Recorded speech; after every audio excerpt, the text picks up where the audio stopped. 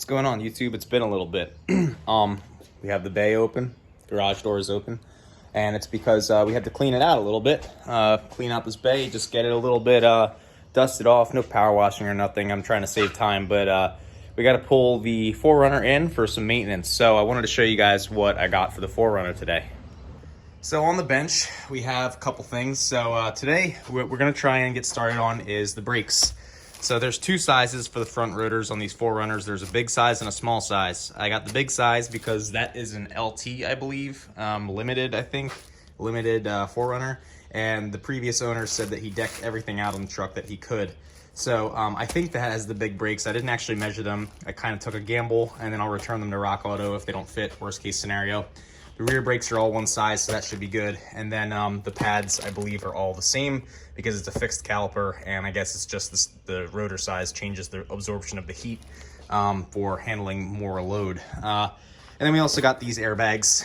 So these are some cheap Firestone airbags. I did a bunch of research, and you know, there are people who say they're not good enough, people who say they're great. Ultimately, the reviews, it seems like it just comes down to installation prowess. So if you know how to install them, then you should be good. And then I got this Meguiar's headlight restoration kit. I've used this before. Basically, it's paying extra money for having everything in one kit and clear coating your headlights instead of just doing it by buying a bunch of sandpaper and clear coat. And honestly, if you just need to do headlights and you don't need, you know, hard sandpaper, wet sandpaper, you know, a full can of clear coat, it's probably the same cost, if not a little bit cheaper, just for one time. And so we got an axle rebuild done for my buddy Brendan down in Mid-Atlantic. So shout out to Brendan. He drives a green EK hatch, Midori color. And he wanted me to rebuild some axles. So he bought some OEM Honda axles off of a JDM importer used, sent them to me, and I rebuilt them for him. So if you do need B-Series axles or even K-Series axles serviced, hit me up. I charge about $225, not including shipping for the service. But that includes all the parts and everything usually.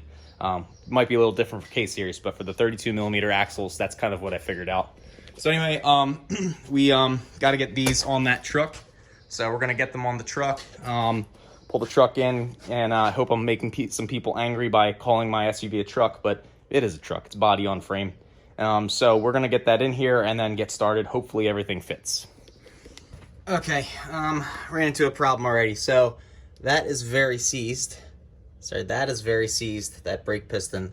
So what I'm gonna try to do is I'm gonna try to get some penetrating grease on it. First, I'm gonna blow it out with air to get any rust out, and then I'm going to get some penetrating oil on it. And then while that's soaking, I'll get started on the other side. Hopefully the other side's not bad. Worst case scenario, I will have to replace this caliper, and I don't really have the money for that right now. So, you know, because I had a bunch of expenses and I still have more expenses. But these front rotors aren't too beat up. It's really the rear rotors that need to be changed. But apparently this is seizing, so that could cause this to not stop too well. Apparently not so bad though, because this is not tapered or anything. Too bad. But these pads are like wooden blocks. They suck. So I'm replacing them with these. These are truck and medium duty pads from Ray Bestos. Hopefully they are better for towing. So these are the rears, I believe, and these are the fronts. So I hope that these are better, but yeah, let's try and fix that piston. I'm gonna throw up. Oh my God. All right, okay. We got it. It's a very rusty car. She's a rusty old girl. You can see, I gotta get the frame coated. Northeast cars, man. Look, gotta love them. But anyway, this was a 12mm bolt. It's holding on a bracket right here. Couldn't get this off unless I wanted to undo the brake line. So I got this. If I can even find it at this point, it's such a mess over here. I got this 7/16 socket, I think it was, right here. Just hammered it on. Tried using my extractors. I didn't have an extractor that was the right size. So we got it done. So let's take this rotor and see how the new one compares. Okay. Whew. All right, they look the same, so that's good. Some dust, and then meanwhile over here we have this wonderful piece of magic soaking in brake cleaner, whatever it is, penetrating oil. So, my friends, we are going to try to button up this side. Let's see if we can get a wide angle on here. I'm gonna try and button up this side. That'll do. And go from there. So there's the new rotor.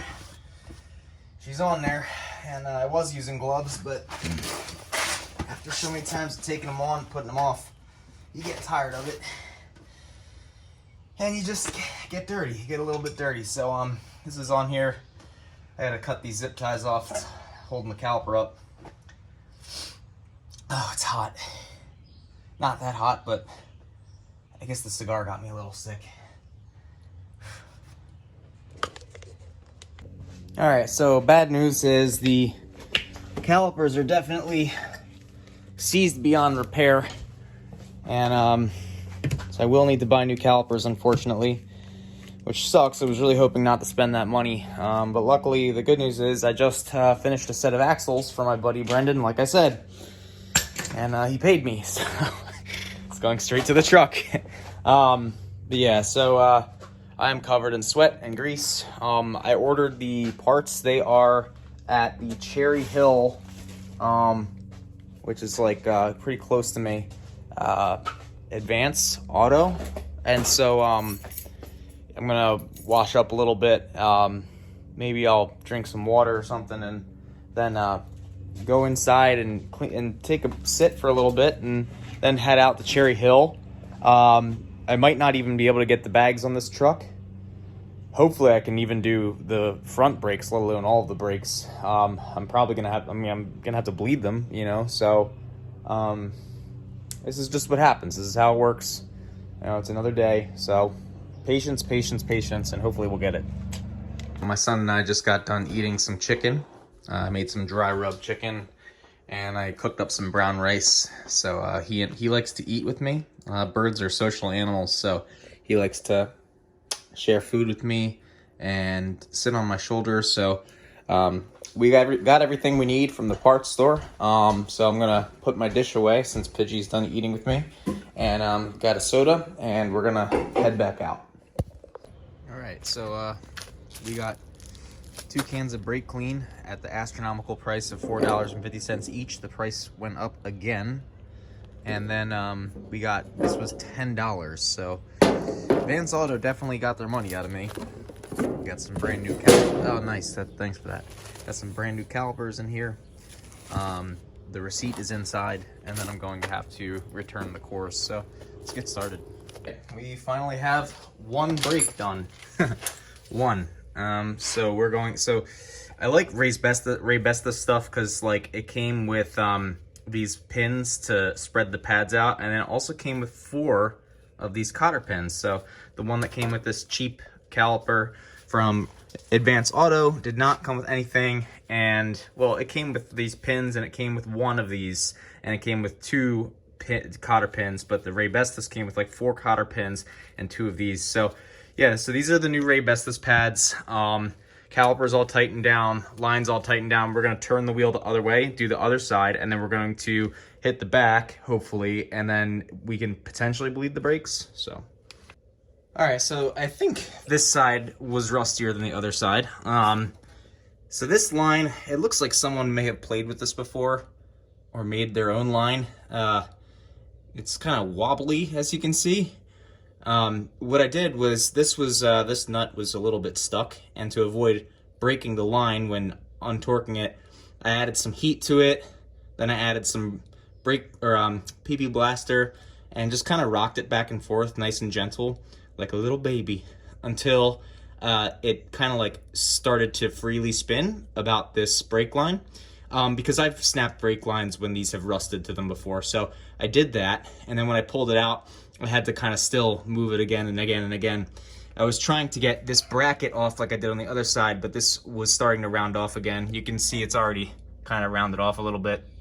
So I left it alone. And what I did was I just pulled this clip right here off, pulled it off. That allowed me to get enough slack in the line to make sure I didn't strip these threads. So then I just very lightly turned it in, got it in. We got all the clips in. Some people probably would be like, oh, I'm just throw them in the trash, but whatever. Put them in, brand new slide pins. Got the Rebestos pads in. We got the old pads over here, and tons of brake fluid on the floor. So we are going to put that back in the box, and we're going to head to the back of the car. I give up for the night. I'm livid. I'm livid. This truck is so rusty that a cast iron caliper with OEM hardware on it stripped out when I was loosening the bolts. How does that happen? Okay, so apparently it was that rusty. So we got the new damn rotor on, but we didn't get so now I have to buy new rear calipers. Great. I love this truck. It's okay. All right. Part 1 of the video is done for tonight. I'm going inside. It's 9:40. I need a beer. Bye, guys.